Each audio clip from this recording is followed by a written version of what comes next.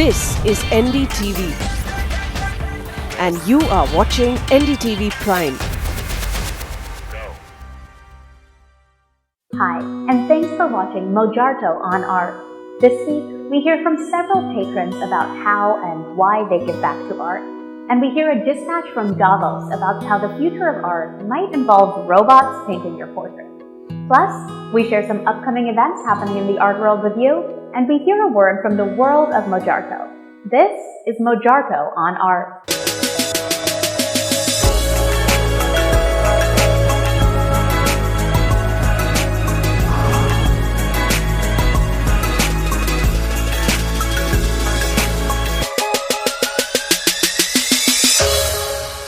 Investing in art is a tricky thing.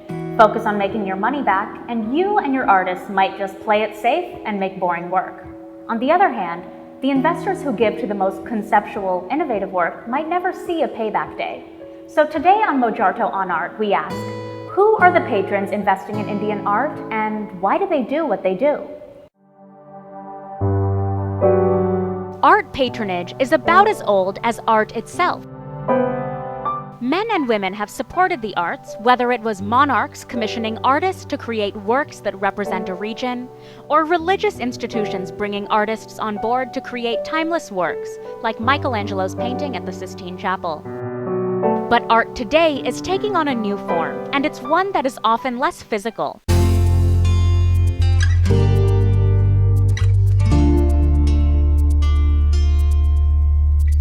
These artistic endeavors might not be profitable, but they are essential, and so art patrons become that much more vital.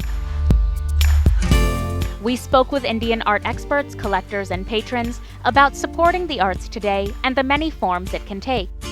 There are several kinds of collectors.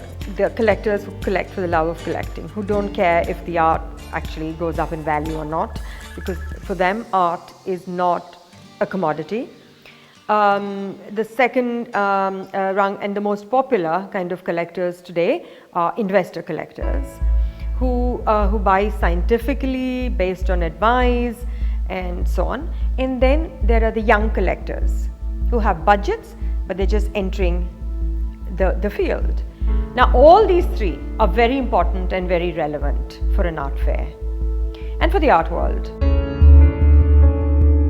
Is a private investor or a private institution, are they throwing money at this without expecting a payoff, or are they sort of like hedge fund investors who are looking for a payout day eventually? You know, what is their motive and how long can that sustain itself? Yeah, I think there is a change now from that sort of short term, making money out of something to actually realizing that taking much more of a philanthropic approach. I think this is about long term, and I think particularly when it comes to contemporary art, if you have a horizon of 2 or 3 years, I think you will almost by definition be disappointed. So I think people are more and more looking at actually it's not so much about investing and then getting something back. It's about investing into the, I would say again, the setting, the cultural infrastructure, the ecosystem, in order to make a return that maybe will take place 10, 15 years from now. Kiran Nathar, founder of Kiran Nathar Museum of Art, is one of the most eminent contemporary art patrons in India today. Her support of modern and contemporary artists has led to global recognition of modern masters such as Bhupen Kakkar and Nasreen Mohammadi. Well, it's a journey that started, I think, accidentally. I was collecting, I was really not collecting, I was buying for my house that we were building, and I had really very little art background, but I started really enjoying looking at art, and I enjoyed the process of building art collection for the house and showcasing Indian art. And soon I had no wall space, so I was putting it into storage, and somewhere down the line I felt that India needed to build spaces. There was a lack of museum culture and museum spaces, and I thought if I could showcase my collection in a space and involve the public to see it, it would be something that would be worthwhile. My advice to young collectors would be to focus on artists of their age, of their generation, to grow with those artists.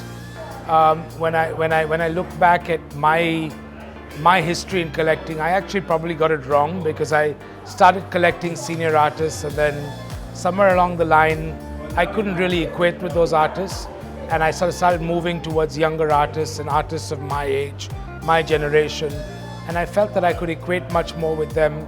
I could understand where they were coming from, and that's really what I would sort of recommend to young collectors today.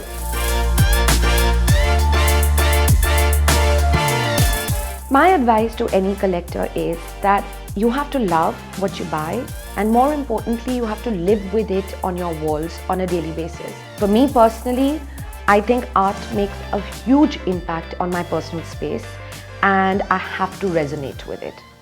It's a learning, but you have to love what you buy.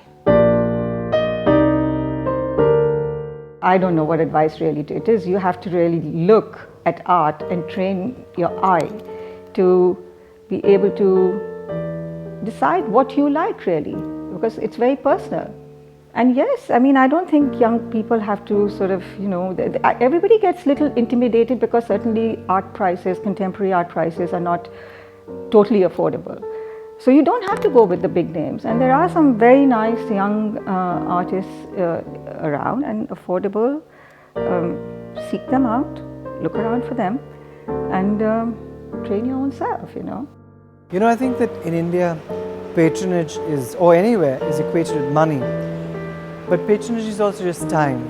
Patronage is also interest.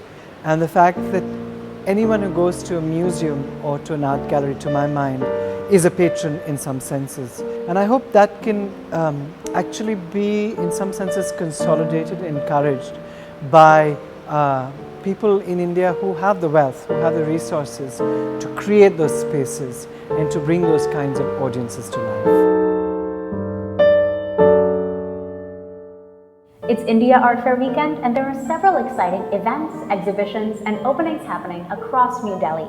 But there are also several exciting art events happening across the country. Let's check them out. Delhi, do not miss Atul Dodia's new show, Girlfriends, French, German, Italian, Egyptian, Shantiniketan, and Ghatkopar at Vadera Contemporary Gallery. It's an exhibition of works all made in 2016 by the legendary contemporary artist. Assam, head to Rongali 2017. The festival will put on a colorful display of the tribes of Assam, celebrating Northeast food and culture. Delhi, the 15th Ishara International Puppet Festival is on at India Habitat Center from February 3rd to the 10th.